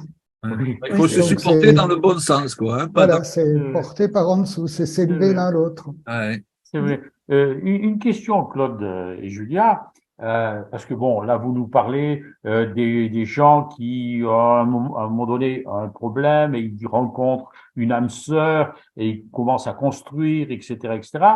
Et ils ont quand même encore le vieil homme, ils essayent de le transformer, on essaye de le transformer ensemble, on essaye d'avancer. Et puis voilà qu'à un moment donné, la spiritualité prend le dessus, là-dessus, ça devient un couple spirituel. Et est-ce que c'est pas aussi un danger, hein, par exemple, d'utiliser Éphésiens 5 comme une épée plutôt que comme un élément de solidification du couple? Oui. Ah oui. Tu veux dire Éphésiens 5, et tu connais Éphésiens 5, toi. Rappelle-moi juste à cette liste. Eh bien, que chaque femme soit soumise. Oui, voilà, voilà. Hein, la soumission de la femme et que Christ aime sa femme comme Dieu a aimé. Oui. Mais tout dépend. Que Marie, oui. C'était une très bonne question, Jacques, parce qu'en fait, tout dépend de ce qu'on entend par spiritualité. Et parfois, ce que certaines personnes appellent la spiritualité, c'est de la religiosité, du légalisme, ce qui n'est pas du tout la même chose. Être spirituel, bibliquement, c'est devenir mature, de plus en plus mature. On n'est pas parfait, mais avec l'aide du Saint-Esprit, on renouvelle notre intelligence, notre manière de parler. La Bible parle du renouvellement de l'intelligence. Mais il y a des personnes qui utilisent justement, même je dirais, la Bible selon un principe qui est la lettre qui tue. L'apôtre Paul, il parle de la lettre qui tue, de l'esprit qui vivifie. Et ça devient que des accusations, comme on l'a dit tout à l'heure. Et c'est pas cette manière de faire qui est spirituel selon Dieu, quoi. Hein. Donc je dirais que même les gens qui sont trop spirituels, moi, m'inquiètent. Hein, les gens qui ils parlent que par Dieu m'a dit, Dieu m'a montré, la Bible dit ça, donc tu dois faire ceci, cela. C'est très inquiétant parce que il y a plus de relations humaines. Et je dirais qu'il y a des chrétiens qui devraient redevenir un peu plus humains, redescendre un peu parce qu'ils sont montés trop haut, quoi. Et on se rend compte que les rapports que Jésus avait avec même ses disciples, c'était des rapports tout à fait normaux, quoi. C'était pas des excès de spiritualité ou c'était la course qui était le plus spirituel. Mais on connaît des couples, malheureusement, où des fois, un des deux, il est devenu, soi-disant, tellement spirituel que qui regarde l'autre comme si c'était la personne pas spirituelle et pour lui faire... pour la faire changer ou le faire changer, la personne ne va parler que par Dieu m'a dit, la Bible dit. Et mais aussi, il y a beaucoup d'autres choses qui se brisent derrière, comme leur relation physique où et voilà, ils se parlent plus, ils s'expriment plus parce qu'ils sont trop spirituels, ils font plus l'amour, ils sont plus des câlins parce qu'il faut qu'ils prient. Et pour moi, oui, c'est un point important à aborder, oui. L'amour que Christ il a pour nous, c'est un amour où il y a une communion. Et il nous interpelle constamment de revenir dans cette communion, d'avoir cette relation intime avec lui. Et il est notre exemple. Donc, pour moi, la spiritualité, c'est d'être de plus en plus bien, en fait, assis, bien en soi, avec le Seigneur, bien en communion avec le Seigneur, qui nous permet aussi d'avoir cette même communion avec notre mari et d'ailleurs avec toute la famille, les enfants, les amis, etc. On voit quelqu'un qui a la paix de Dieu. L'amour est patient et plein de bonté, on a cité tout à l'heure. Pour moi, c'est la spiritualité, mais avec le temps, on devrait devenir de plus en plus souple, agréable à vivre. Il faut pas qu'on finisse vieux, ronchon, aigri, et voilà. Moi, voilà. Et pour encore apporter de l'eau à ton moulin de ce que tu disais, ton moulin. Pour qu'un couple soit équilibré, je dirais que c'est bon pour pour beaucoup de choses dans la vie. Mais pour le couple, il faut prendre en considération que nous sommes esprit, âme et corps. On ne peut pas vivre que de prière. Un couple, il faut qu'il ait de la communion dans la prière, mais ça ne veut pas dire qu'il prie toute la journée, à n'en plus pouvoir, quoi. Mais il faut qu'il y ait de l'affection, parce que on a besoin de manifester l'affection. Et il faut aussi qu'il y ait des rapports sexuels réguliers et de qualité, parce que c'est Dieu qui a créé cela, et en tant que chrétien, on ne doit pas essayer de faire ensemble, parce que ça serait une insulte à notre Créateur. Dieu nous a créé esprit, âme et corps. Et donc, pour vivre en harmonie, il faut qu'on trouve l'harmonie entre ces trois choses. Et penser qu'on va pouvoir vivre que de spiritualité, c'est ce qui fait que certaines personnes deviennent mystiques et font des délires mystiques. C'est qu'elles ne prennent plus en considération que pendant le temps qu'elles sont sur cette terre, elles sont dans un corps. Et ce corps, il a des besoins. Ouais. Elles ont des émotions. Ouais. Ces émotions ont des besoins aussi.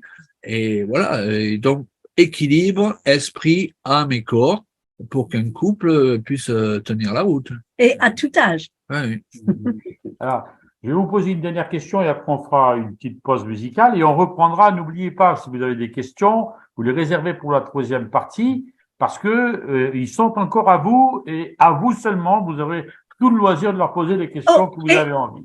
Et Alors, si moi j'ai une question, je fais comment alors? Tu la poseras à Je Claude. te pose une question, tu me poses une question.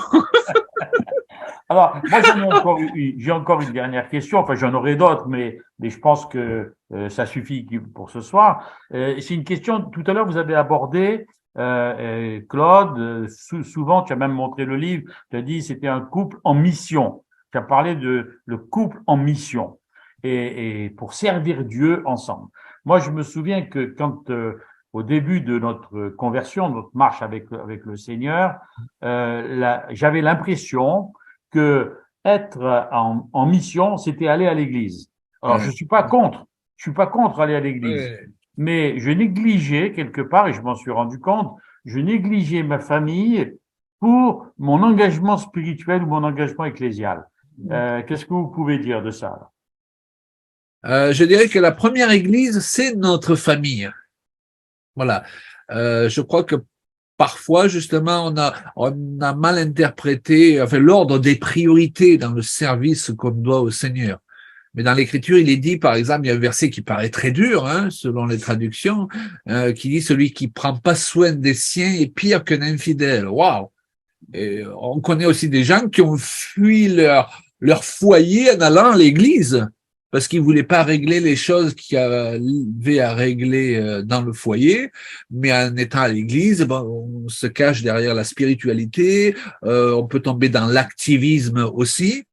Et sous prétexte de servir Dieu, on néglige ce qui est le plus important aux yeux de Dieu, parce que si Dieu nous confie un conjoint et des enfants, c'est pas pour qu'on les néglige, c'est pour qu'on en prenne soin. Et à partir de là, je dirais, comme j'ai mentionné déjà tout à l'heure, on amène à l'église ce qu'on a à la maison, au lieu d'avoir deux personnalités, une à la maison et une à l'église, quoi. Quand j'étais pasteur, dans une autre vie, j'avais des gens qui étaient parfois très calmes à l'église, qui étaient prêts à se scandaliser du moindre petit écart, de la moindre personne qui criait un peu trop exubérante. Ils avaient l'air hyper spirituels, tu sais. Et puis quand ils rentraient à la maison, ils criaient comme des malades après leurs femmes et leurs enfants. Alors à un moment donné, j'ai dit, venez à l'église crier et soyez calmes à la maison. Voilà, parce que voilà, il faut avoir nos priorités en place et pas se cacher derrière une soi-disant spiritualité. Voilà, alors qu'à la maison, on vit pas, on n'honore pas Dieu et on ne sert pas Dieu dans notre foyer. Okay. Alors, puisqu'on est dans le service de la maison et la maison pour le Seigneur, ben, je vous invite à écouter une chanson qu'on aime depuis des années, celle de Claude et Julia, « Moi et ma maison, nous servirons l'Éternel ».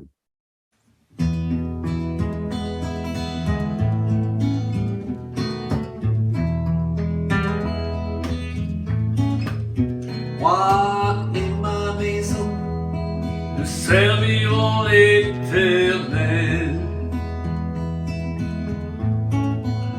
Moi et ma maison, nous servirons l'Éternel.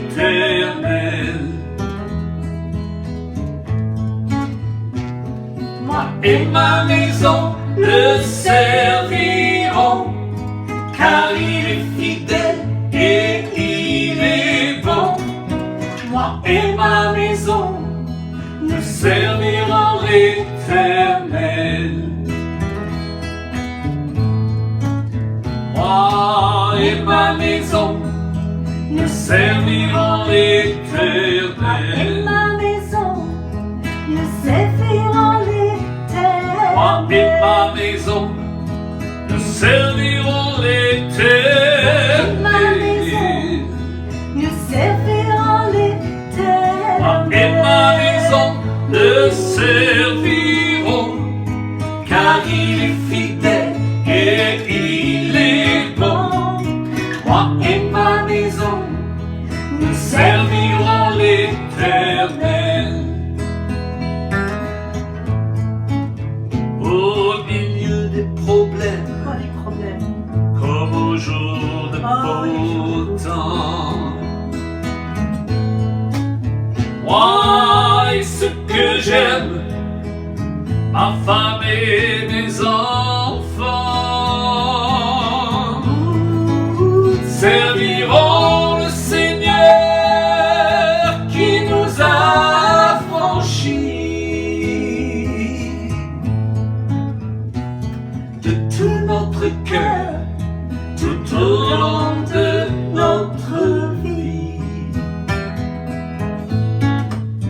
Moi et ma maison, nous servirons l'Éternel. Moi et ma maison, nous servirons l'Éternel. Moi et ma maison, nous servirons l'Éternel. Moi et ma maison, nous servirons l'Éternel. Moi et ma maison, le servirons, car il est fidèle et il est bon. Moi et ma maison, nous servirons l'Éternel. Moi et ma maison, nous servirons l'Éternel. Et ma maison, nous servirons l'Éternel.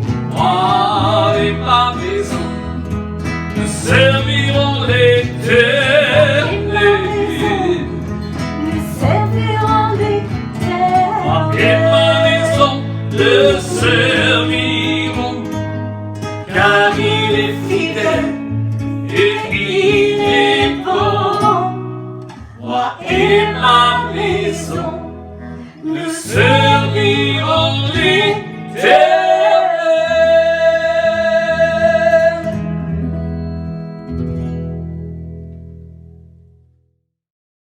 Merci les amis. Hein.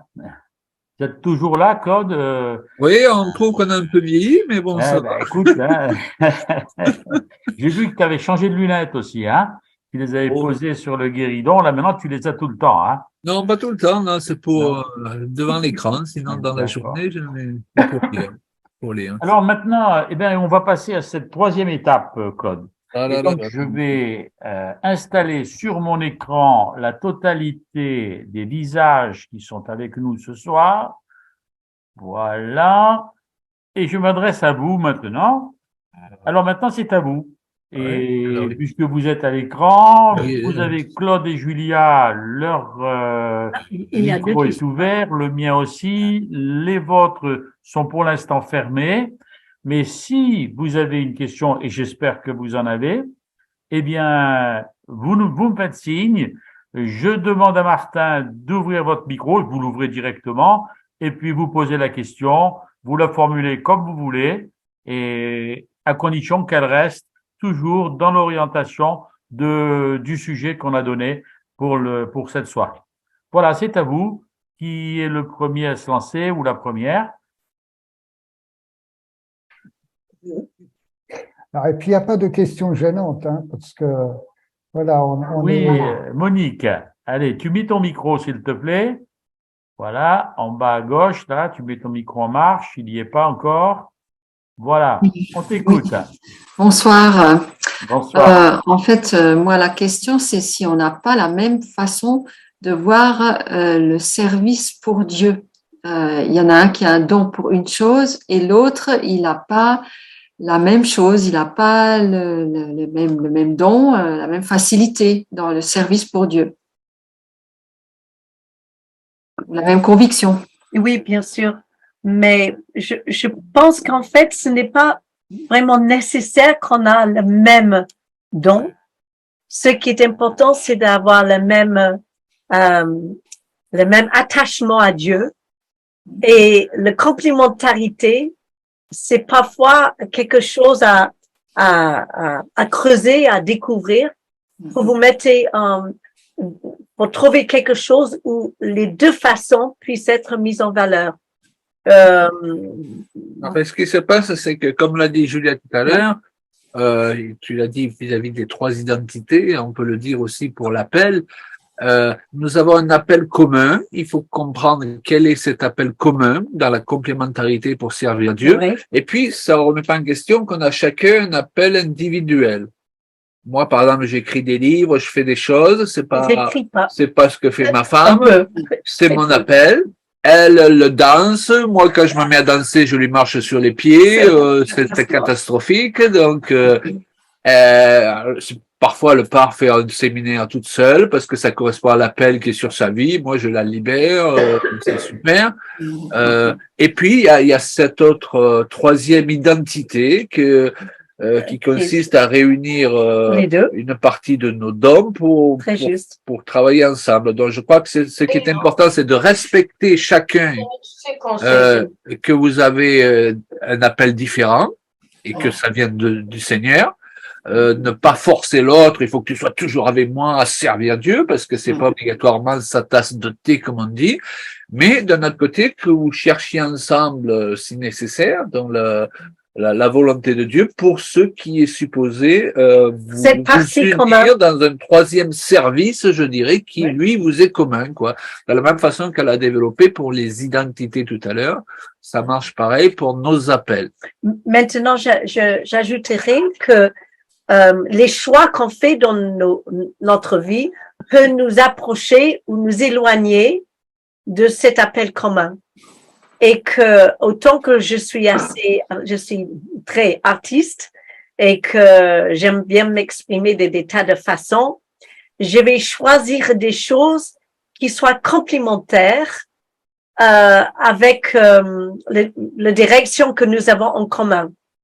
Même si je fais des choses où Claude y participe pas, lui il fait des choses où que voilà, c'est pas mon truc non plus, mais avec cette zone commune entre nous, on trouve quelque chose qu'on peut parfois utiliser les deux capacités, de les mélanger ou peut-être de découvrir autre chose en commun, et il y a une satisfaction extraordinaire quand on peut trouver des projets en commun, mais ça ne veut pas dire que je dois abandonner ou que je devrais plus m'exprimer.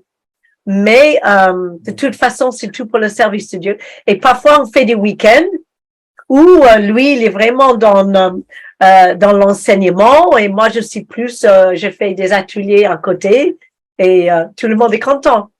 Donc, voilà. Il faut trouver l'équilibre entre ces trois appels dans le service, comme ces trois identités. Et de ne pas être frustré. Je me rappelle des années, je voulais tellement que Claude change pour qu'il fait des choses avec moi. Car j'aime beaucoup faire la randonnée, mais il n'est pas très randonnée. Moi, je la suis en hélicoptère. Quoi. Voilà. Mais à force de lui demander, il fallait il dit, mais va trouver des amis, va faire de randonnée, voilà, je t'aime, je te libère, et il fallait que je les libère aussi. Et ne te prive pas de faire des randonnées, parce que moi, je ne suis pas trop randonnée, quoi. Voilà. Donc, voilà. C'est qu'un problème si on décide que c'est un problème, en fait. C'est bien aussi d'arriver à réaliser des choses en commun. C'est ça. C'est ce qu'on a dit. C'est ça ce qu'on a dit. Et, bon. Voilà. C'est avoir les projets en commun. Et ensuite, d'avoir des activités individuelles aussi. Voilà. D'accord. Merci. Les deux. Quelqu'un d'autre? Moi, je suis de Québec. On m'avait dit que Vas-y. c'était à Claude et Julia seulement. Mais je voulais vous offrir, si vous manquez de neige, on en a en masse à Québec. La question que j'ai pour Claude et Julia est la suivante. Je suis en couple, ça fait 55 ans. On a des talents complètement différents. Moi, je voyais le vidéo tout à l'heure de chant, et à ce moment-là, avec le paquet de personnes qu'il y avait sur les photos, moi, je suis plutôt du genre à aimer être en gang. Ma femme est plutôt individualiste. Donc, comment on arrive à partager ça ensemble? À vous, Claude et... Oui, c'était une bonne question, en effet. L'idée donc de vivre ensemble et de servir le Seigneur ensemble, c'est aussi de déteindre l'un sur l'autre. En général, Dieu met des gens ensemble qui ont des points communs, mais qui ont des points complètement opposés aussi, parce qu'il veut qu'on déteigne l'un sur l'autre. Alors, je peux donner un exemple. Quand on était jeune, moi, j'avais tendance à marcher toujours vite, et puis elle avait tendance à s'arrêter devant toutes les vitrines derrière. Donc, Et donc, Ça n'a pas trop changé. chaque fois qu'on se promenait, il y avait un grand écart entre elle et moi. Mais j'ai l'habitude de dire qu'avec les années, j'ai appris à ralentir et elle a appris à accélérer, quoi. Donc, pour qu'on puisse marcher ensemble. Donc, en général, il faut qu'on prenne conscience, chacun qu'on est, bon, est-ce que je vais utiliser ce terme? Quand on vit à Christ, on est tous un peu déséquilibrés, quoi. C'est-à-dire, parfois, notre don peut devenir notre défaut. C'est-à-dire que ça peut être un don d'être assez réservé, quoi. Mais si on est trop réservé, Dieu va pas pouvoir nous utiliser comme il faut. Et puis d'autres personnes, ils sont plus, ils arrivent mieux à s'extérioriser, mais parfois ils s'extériorisent trop. Hein. On parle des introvertis, des extravertis. Et souvent dans un couple, il y a un extraverti et un introverti. L'introverti, il a tendance à être trop introverti. Chez nous, c'était moi. Et l'extraverti, il a tendance à pas avoir le ralenti réglé, quoi. Et des fois, ça peut partir dans tous les sens. Donc, l'idée, c'était pas que je la change et fasse d'elle une introvertie, quoi. Mais c'était que je l'aide à régler le ralenti, permettez-moi l'expression. Et puis, elle m'a aidé avec les années à sortir de moi. Parce que quelque part, j'étais un peu enfermé à l'intérieur de mon corps. Et ce que je veux dire, c'est que si on est différent, c'est pour trouver un équilibre aussi. Et que c'est en prenant conscience du fait que cette différence peut soit se retourner contre nous, soit être une occasion d'être complémentaire et de s'aider l'un et l'autre, qu'on va pouvoir mieux marcher en harmonie ensemble. Il y a Joël qui va donner un petit témoignage à ce Oui, sujet. super. Moi aussi, j'étais l'introvertie dans notre couple. Ah, C'était l'extraverti. on avait deviné, hein? Eh oui, et pendant des années, je me suis dit que voilà, lui, c'était bien qu'il parle, mais moi, je me taisais et je me mettais plutôt derrière lui. Je l'accompagnais, je le soutenais, mais je me mettais derrière. Elle avait une tendance à rester derrière. Et j'ai bien aimé ce que tu as dit, Julia. Le Seigneur m'a montré que je pouvais me mettre à côté de lui et pas forcément derrière lui, et qu'il y avait des zones où on pouvait faire les choses ensemble, et puis d'autres choses où on fait chacun de notre côté. Mais ça a pris du temps avant que je sorte de ma coquille. Mais il y a un vrai effort à faire. Et parfois, il y a même un sacrifice. Il y a des choses où il faut y aller, peut-être. On a le sentiment d'y aller contre notre nature.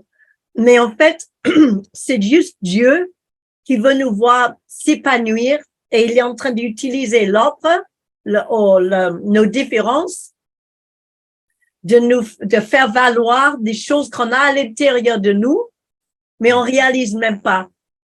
Si ce n'était pas pour Claude, j'aurais jamais commencé à prêcher. Ça c'est certain. D'ailleurs, ce qui peut sembler contradictoire, d'ailleurs, parce que l'extraverti, parfois, peut se retrouver sur une estrade à pouvoir parler devant 2000 personnes et revenir à la maison, être complètement l'introverti et introverti. Et parfois, l'extraverti, dans la vie de tous les jours, il peut être très flamboyant et après être beaucoup plus réservé dans d'autres domaines, quoi.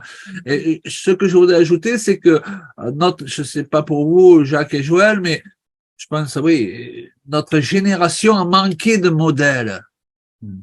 On a manqué de modèles de couple parce qu'on a grandi dans des milieux évangéliques où c'était l'homme qui avait le ministère, c'était l'homme qui prêchait, c'était l'homme qui faisait tout, et la femme, il fallait qu'elle suive derrière aussi bien qu'elle pouvait, quoi.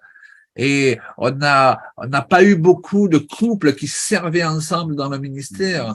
Et nous, c'est quelque chose, on n'a pas vraiment eu. Oui, on a eu peut-être les Snanouch qui étaient un des premiers couples en France où la femme prêchait, alors sans parler de prêcher obligatoirement, mais enfin de couples qui servent ensemble. Qui servaient ensemble. Hein, tout le monde n'est pas appelé à prêcher ensemble non plus. Mais il a fallu qu'on cherche Dieu pour nous-mêmes, pour toute une partie de choses qu'on n'avait pas vues et qu'on ose nous les faire.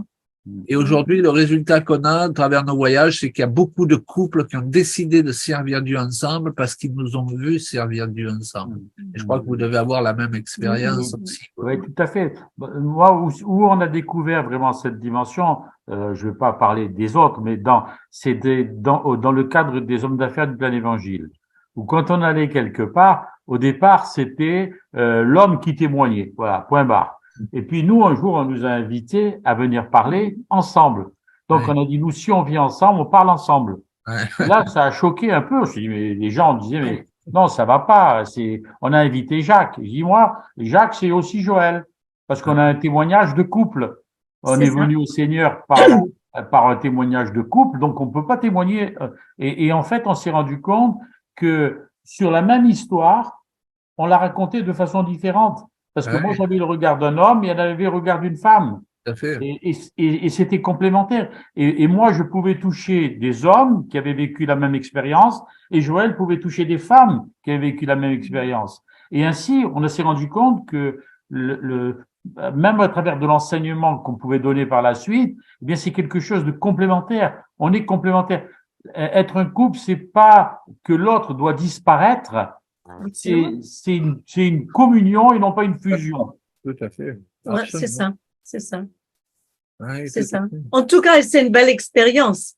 Et on change tout le temps, donc il faut retrouver un nouvel équilibre. Chaque fois, Claude et moi, on avait des atouts et des faiblesses, des défauts. Ah, parle pour toi. Quand on a commencé, mais petit à petit, On a toujours des défauts, hein. Non. Là, tu parles pour toi. Mais on a appris à mieux évoluer ensemble, n'est-ce pas? Voilà, c'est ça. Et d'être moins exigeant, parce que je sais que parfois, je pourrais demander quelque chose de lui, mais il a pas ça en lui. Il a jamais eu ça en lui. Donc, je peux pas attendre de lui quelque chose qu'il n'avait pas reçu déjà de ses parents, ni de faire des choses d'une certaine façon qui sont, voilà, c'est juste pas, il fallait que j'apprenne à lâcher mes attentes, et mes attentes que j'avais de lui, mais aussi de lâcher les attentes que j'avais de moi aussi dans certains domaines. Et finalement, normalement, c'est avec un peu d'âge, on commence à voir l'image plus globale et de ne pas être borné de dire, ouais, il faut faire ci, il faut faire ça, je vais être, et moi, il fait ce que j'existe, et voilà. Et à un moment donné, aujourd'hui, on s'en fout un peu, quoi. On est bien ensemble. Mais il y a une phrase que j'aime beaucoup chez vous, que vous répétez souvent, c'est se mettre d'accord de ne pas être d'accord. C'est ça. C'est ce qu'on a dit tout à l'heure. Et je crois qu'une partie, on dit, des conflits déjà dans ce monde viennent du fait qu'on n'accepte pas dans cette société que quelqu'un pense différemment que nous. Et nous avons même l'exemple des politiciens qui devraient nous donner l'exemple d'unité, au moins, même s'ils sont pas d'accord sur tout, qui s'écharpent, quoi, qui sont prêts à s'entretuer parfois parce qu'ils sont pas d'accord. Mais le principe biblique de l'unité, c'est pas basé sur le fait d'être d'accord sur tout, c'est basé sur le fait de garder le lien d'unité, par le lien de paix. De garder l'unité à cause du lien de paix, quoi.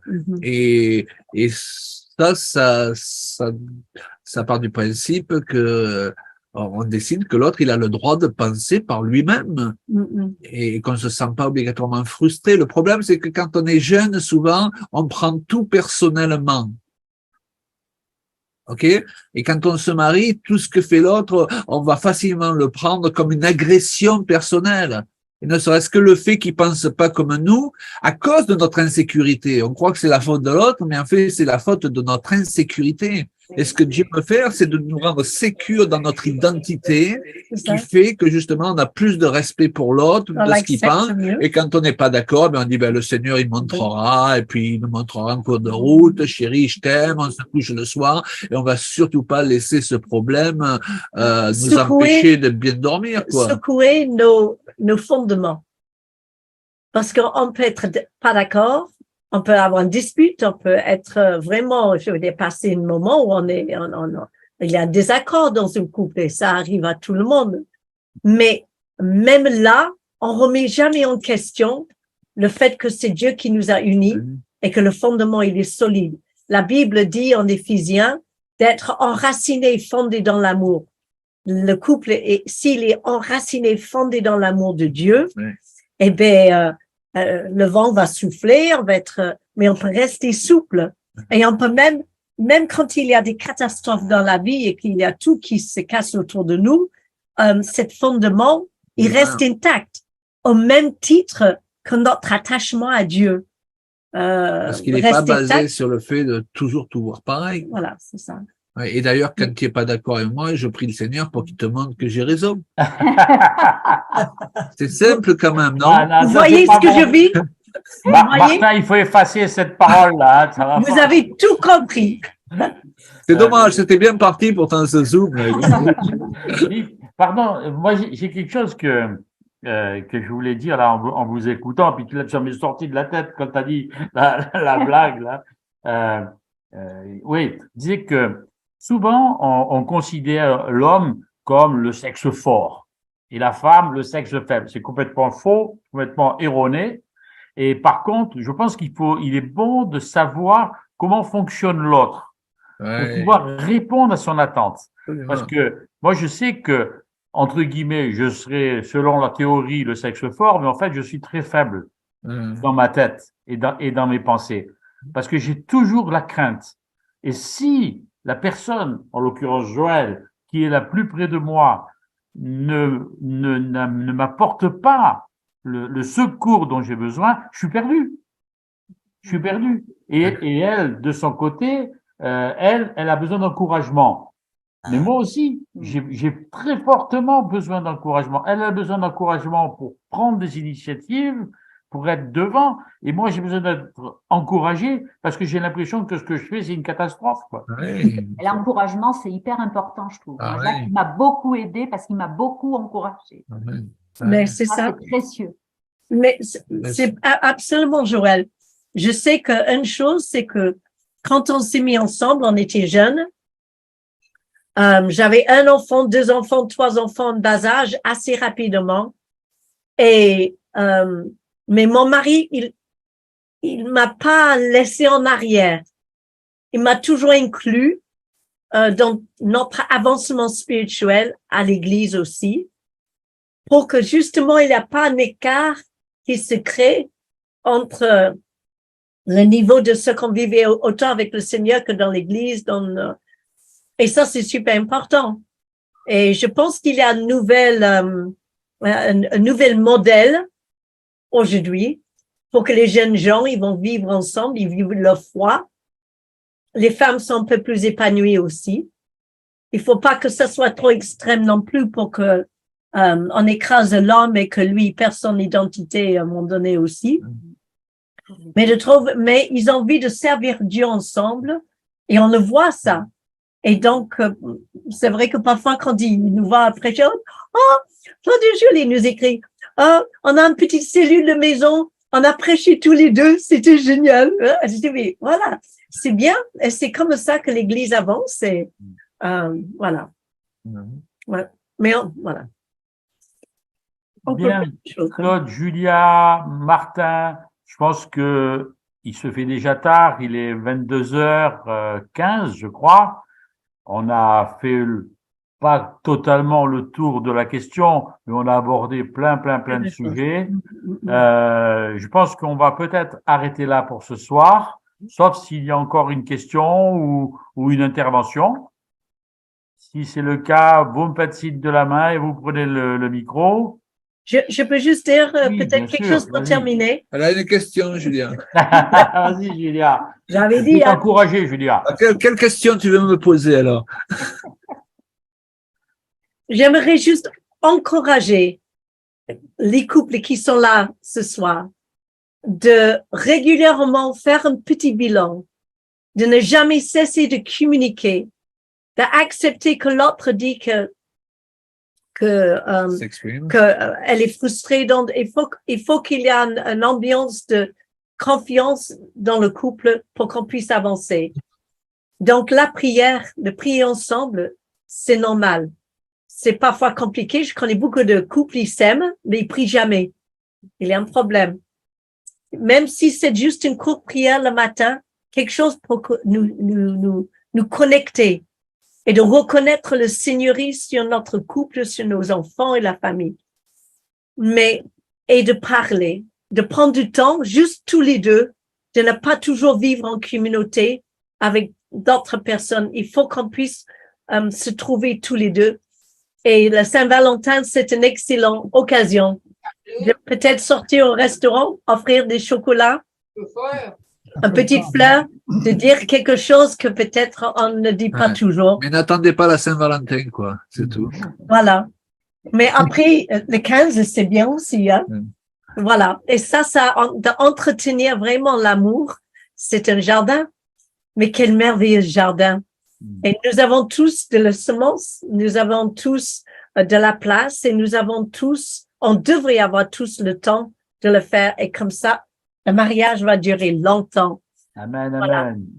Sous le Martin, regard est-ce du que tu Seigneur. veux bien? Oui, pardon, il y a notre ami Yvan. Ce que Julia vient de dire, là, moi et mon épouse, on a connu le Seigneur une fois mariés. Et quand on s'est mis à prier ensemble pour une unité où Carole était d'accord, on priait pour les enfants. Et ça a solidifié le couple. Et quand tu viens de rajouter, Julia, que notre couple va durer longtemps, ben effectivement, ça fait 55 ans. On est mariés. Voilà. Amen, amen. Amen. Bravo. C'est vrai que cette prière en couple, c'est fondamental. Je veux dire, avec Sylvie, on vit en camping-car et c'est quasiment tous les jours un combat pour se dire on va se mettre à prier ensemble. Pourtant, l'espace est réduit. Je veux dire, on se cherche pas de l'autre côté de la maison. Voilà. Mais c'est un combat tous les jours de dire on va se prendre du temps pour prier ensemble. Et c'est là qu'on voit que finalement c'est le jeu de l'adversaire que de faire en sorte que les couples ne prient pas ensemble. Et souvent quand on visite des couples, quand on voit des couples et qui ne fonctionnent pas ou qui fonctionnent mal, quand on leur pose la question mais est-ce que vous priez ensemble, 9 fois sur 10 la réponse c'est non. Si ce n'est 10 fois sur 10. Parce que quand on ne prie pas ensemble, on ne peut pas être d'un commun accord. On ne peut pas marcher d'un même pas dans une même direction. Et inversement, quand on prend du temps pour prier ensemble, on a beaucoup moins envie de s'accrocher aussi dans la journée parce qu'on a passé ce temps ensemble et on a mis les bonnes priorités à la bonne place. Donc, moi, beaucoup de couples, d'ailleurs aussi des individus, quand je vois, quand on parle que la vie ne fonctionne pas, c'est bien souvent la vie de prière qui manque. Aussi, pas seulement chez les couples, chez les individus aussi. C'est bien souvent la vie de prière qui manque. Donc, merci pour ce petit rappel, Julien. Super. Martin, ce serait peut-être bien de conclure là-dessus. Est-ce que tu veux prier, s'il te plaît, pour tous nos amis qui sont là et qui puissent rentrer dans cette dimension de prière et de recherche de communion? Ok, merci Père pour cette soirée qu'on a passée ensemble. Merci pour chaque personne qui était là. Merci pour tous ceux qui ont suivi cette soirée. Et véritablement, je prie pour que chacun d'entre nous on puisse placer nos priorités au bon endroit. Que chacun d'entre nous on sache honorer l'autre, qu'on sache élever l'autre et au-delà du couple aussi, notre lieu de travail, dans notre relation avec nos voisins, même avec des gens qui ne te connaissent pas, Père, que nous ayons cette attitude d'élever l'autre et d'encourager l'autre. Et véritablement que l'Esprit nous enseigne, que l'Esprit nous montre ce chemin, que nous soyons une bonne nouvelle et une bénédiction les uns pour les autres. Qu'il en soit ainsi. Amen. Et alors la bonne nouvelle, c'est qu'on se retrouve mardi, le 2e mardi du mois de mars, Voilà, alors on se retrouve le 14 février du mois de mars. Le 14 mars. Ah pardon, le 14 mars. Voilà, je ne sais pas encore qui c'est qui sera chargé de vous partager quelque chose. On hésitait encore, mais on sera là, on sera présent. Donc vous aussi, s'il vous plaît, soyez au rendez-vous. Je voudrais aussi remercier tous ceux qui nous ont suivis sur YouTube et sur Facebook. Merci à vous.